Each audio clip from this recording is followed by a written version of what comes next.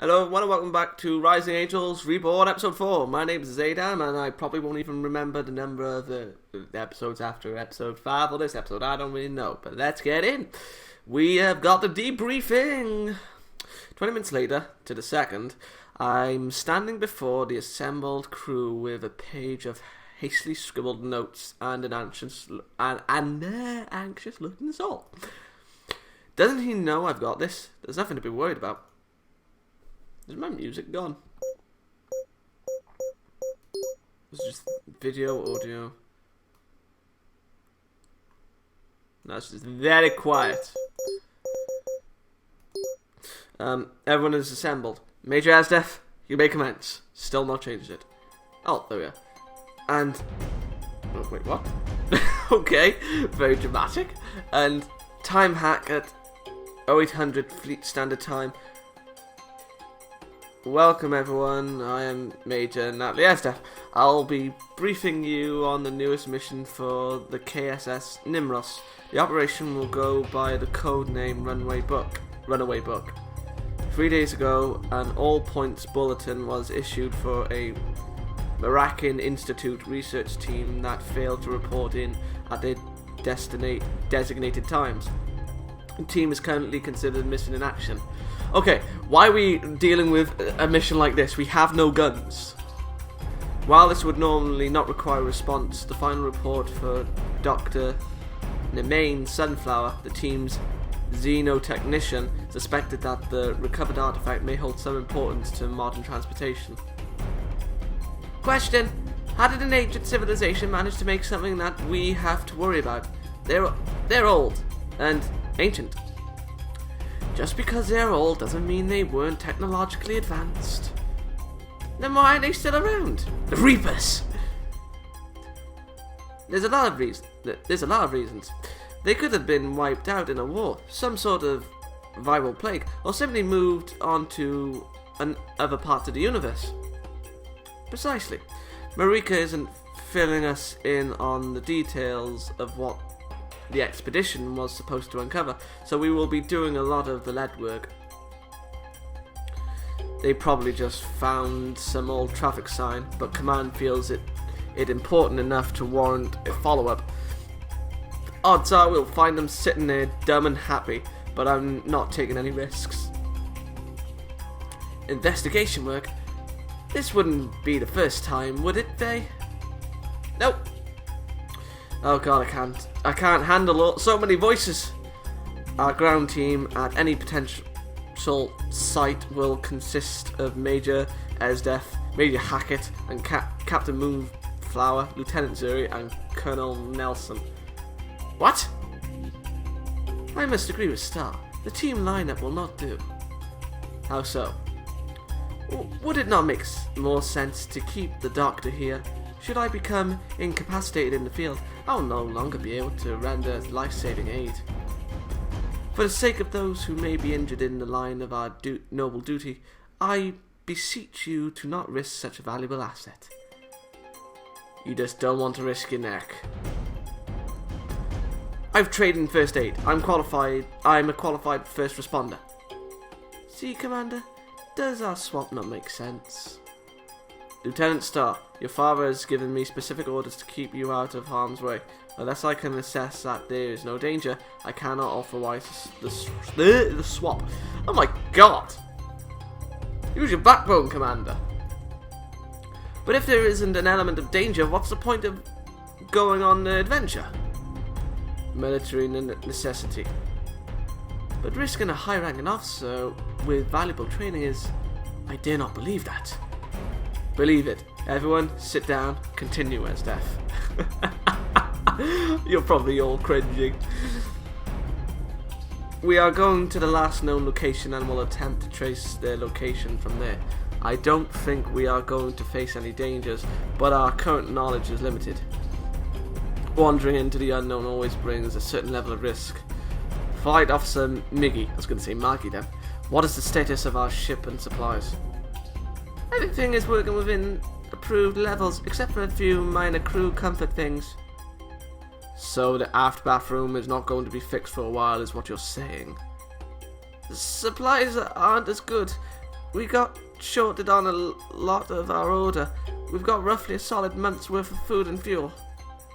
Then we will make do with what we have. You'll file another report on this to fleet support. I'll take care of it. Thanks, Major. I'm not pleased with Command's subpar performance any more than our crews. I don't have double standards for my subordinates compared to my superiors. Thanks, I think. Crew, prepare for jump.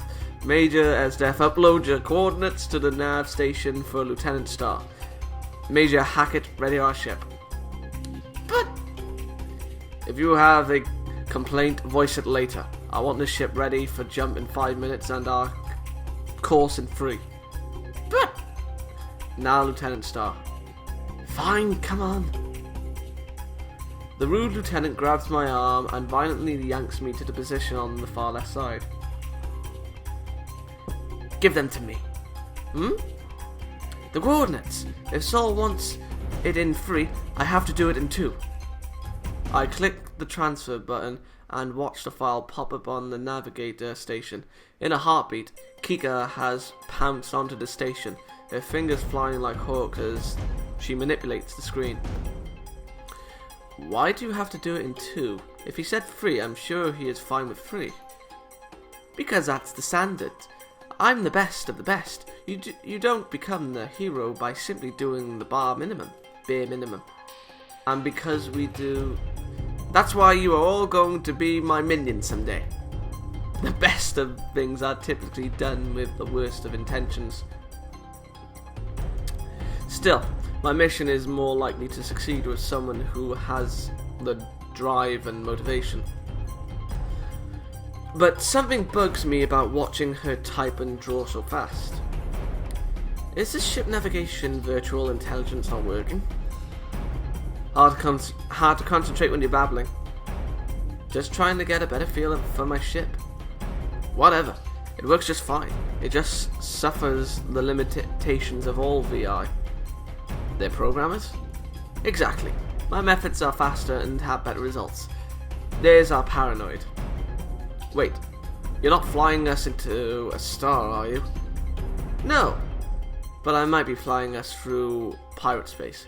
It's not like we are going to stop our shift, jump, and let them attack us. I'm worried. Trust me, I know what I'm doing. Natalie, over here. Trust is a limited commodity, especially when I feel the best way to describe her is the candle that burns twice as bright, burns half as long. Saul is standing by a small chair that looks rather uncomfortable in the back next to Zuri. We're making the jump. It may get a little rough, so strap in and keep your emergency pressurization device under your chair turned on. Isn't there anything I can do? Trust me, I'll make this a smooth one. Just sit back and watch. I'm not worried about it. Ship accidents make the jump to subspace nowadays are rare. I'm always a little jumpy when we make the jump. You can't do anything to fix a bad jump. Sitting back here is the baby seats. Why does she have to vocalize my fears?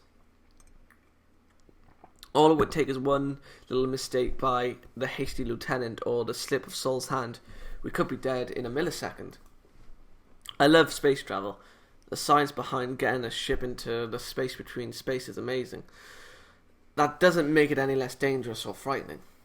Still, I do feel better knowing that I'm not the only one who is a tad skittish about this. Zuri's alright. How do you cope with it?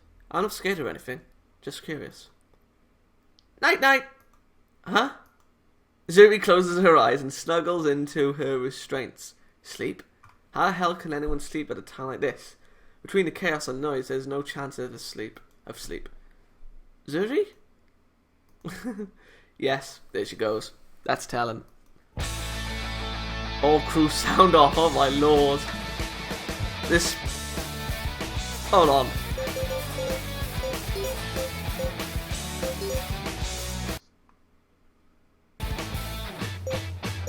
That should suffice, probably. Flight station, ready. Navigation, plotted and good to go. Engineering, all green. Non-essential crew are strapped in and secured. The Nimros is prepared for a jump at your word, Commander. Oh dear lord, the music. Engage jump. This is so energetic. Roger. Engage in jump drive. Under my seat I can feel the deck shift from a slow, steady vibration shift to a much louder, much more violent rattle. The warp space generator is beginning its charge. The massive power required to tear a rift in normal space is astronomical. Yes. If any of the capacitors were to suddenly explode, there wouldn't be even atoms of me left floating around. I close my eyes, wishing I could fall asleep like Zuri. No amount of personal brilliance can help me if the manufacturer skimmed on something, or Kylie didn't put her best into her checks. Volume finally crescendos as the capacitors are charged into the cried valves. Next comes the part that scares me the most. The power is transferred to a Belino crystal to pull the ship into subspace. Belinos serve as the focal point. Without it, the energy used to break the holds of the universe would be useless. The material is rare, mined in 3 locations galaxy-wide. I doubt we have a spare. Stop thinking about everything that could go wrong. Everything that could go wrong now. If you explode, you won't even have time to feel it. Shift drive stabilize. My ship, my controls. Your ship, your controls. Advance into the void. Moving forward. It begins. ... Oh thank God. The music was becoming overbearing. Over my eyes to the bright lights of the bridge. I feel groggy and disoriented. Did I manage to fall asleep? The bridge is emptier than when I closed them. I must have blacked out for a little bit. Miracles do happen, I suppose. Good morning. How long was I out? 2 hours. We're still in shift. Ugh.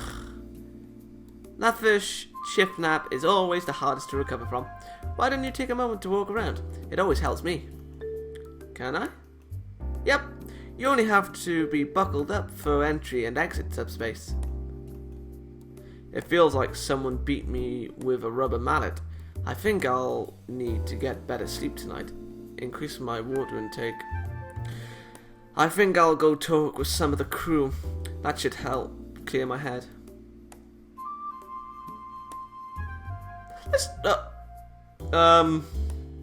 Okay, we have I suppose this could be a major choice.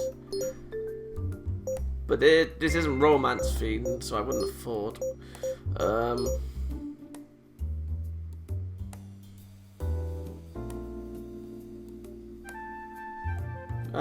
Let's talk with Saul. No? Hey Saul, how did the jump go? Flawlessly. Flawlessly. Hope it didn't disrupt your nap. I didn't think I was going to actually fall asleep. I just wanted to close my eyes to drown out the shaking. It's good to catch a nap every now and then. I would catch a nap sometimes on long patrols. Sleeping on the job? 24-hour patrols, we're on you. Taking short breaks during subspace shifts help keep you sharp when you shift out into combat. Combat? Scariest thing I've ever gone through in my life was my first dogfight. A Ralton snubby slid in right behind me and had a missile locked. Did you think you were going to die? No. I was so focused on the situation that it wasn't until after the mission I realized how close to death I came. I almost cried. Almost. But not when I was in real danger. Not when I was under the missile lock. It was how I wasn't scared of losing Lena until she was already gone. What happened? I don't have the right to reflect on it anymore. Odd words to match a very odd expression on his face as he looks at Alfonso. Anger. Unrestrained anger from the depths of hell. Reflection has its time and place. Natalie is your friend, and she wishes to share your burden. Thank you for your permission. What's that about? Nothing. Do not worry about it. Just old friends and near squabbles. Oh God. Little finger, watch his face. We are not friends. Please remove yourself from our conversation. Forgive me for intruding. Stupid frickin'. Always butting in where he isn't wanted. But he was technically there. Technically, Natalie is butting in. He can still hear you. I know. I'm hoping if I say it enough times he'll stop doing it. I'd ordered him to stop, but we share the same rank. I have seniority, but Saul has the executive position. See? He just keeps butting in when I don't need him talking. What? Are you two an old married couple? No way in hell. We've flown together in rival training fighter squadrons. I was a Black Eagle and he was a Gold Finch. You flew under the command of the most pretentious man in the history of fighters, which is astounding to fathom. Your squadron leader was shy. Don't say a word, you monster. Forgive me, Shut up and focus on the controls. We're going to be shifting out shortly. Who was his squadron leader? Someone I know? Go sit, Nat. We've got work to do here. I don't care if you are hostile with me, but you shouldn't treat your friend so roughly. ... Sorry, it was Lena. Could we drop it now and get back to the task at hand? Lena? The redhead who would never stand up for herself was a fighter squadron leader? What the hell happened in fighter training? But I wonder. We hung out a decent bit. She never struck me as someone who was sharp enough to formulate tactics on the fly. Sharp reflexes, but a dull mind rather. How many fighter pilots did she kill in a stupid blunder? Is that why she isn't here with Sol anymore? He looks so broken and hurt when he talks about her. I'm sorry, Sol. I didn't mean to bring up bad memories. Bad memories are the story of my life. Don't worry about it. Please sit down. We are shifting out now. As I walk back to my seat, I hear Alfonso quietly whisper to Sol. Were they all that bad? You just told her that your time together was nothing but a bad memory. He did, didn't he? I hadn't considered it that way, but by exclusion, he did imply that. I look at our time at the academy fondly. The Sol? I did not. Consider your words, or all you will have are bad memories. Next time I'm going to find a co-pilot who isn't a philosopher. I'm trying to help. Then help me with the shift out. Crew, resume your stations. Prepare for shift. If the music goes crazy, I'm going to go crazy. I barely managed to strap myself in before the violent rattling starts up again.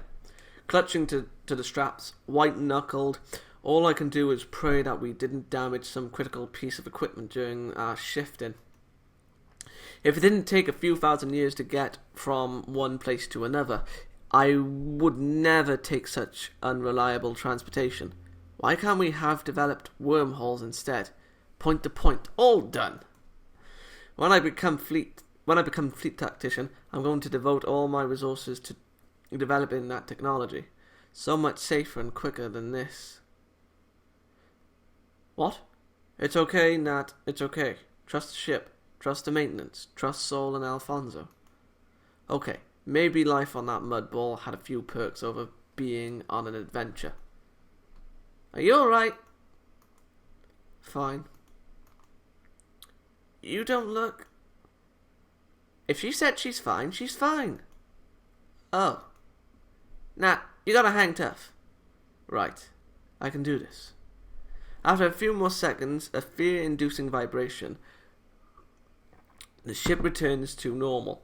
Convolutions of space travel. Not smooth, but not so terrifying that I can't focus on anything else.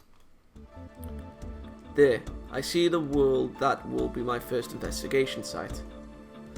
The planet is unnamed, just some random alphanumeric designator. Nobody would have cared about it if some research team hadn't decided to go digging around. Captain Moonfellow, environmental report. Can I get up yet? Sorry, I hadn't completed my shift out checklist. You are now cleared up. Thanks. Let's see. Everything checks out. Hospitable for all crew life, though it may be a little too oxygen-rich for Commander Arizona to breathe comfortably. Slightly smaller than Earth. Slightly smaller than Earth. Gravitational pull is within. The number percent of Earth's. The supplied coordinates will put us down in a temperate area. Sensitize. Oh my god, big flaming words. Fahrenheit, there we are. Temperature. Grassland. No major life forms of note. I see some smaller ones, similar to small mammals in the local area. Ah, I wanted to bring the heavy weapons today. That's not dangerous. If I have to be afraid of some stray cat, then I have bigger problems in my life. My orders stand. Major Xaydam, what are you expecting to find at this site? Truthfully, I have no clue what I'm going to find at the first site. We were always taught that it was the most dangerous part of the investigation. You can only go in with what the intel told you. I'm going down there with nothing but me and my wits. Everywhere from now on is going to have much better intelligence, since I should be able to find some sort of clues here. Oh? There we are. But for now, this mission is operating in the blind. That is not what I like to hear, Major. Wait, what?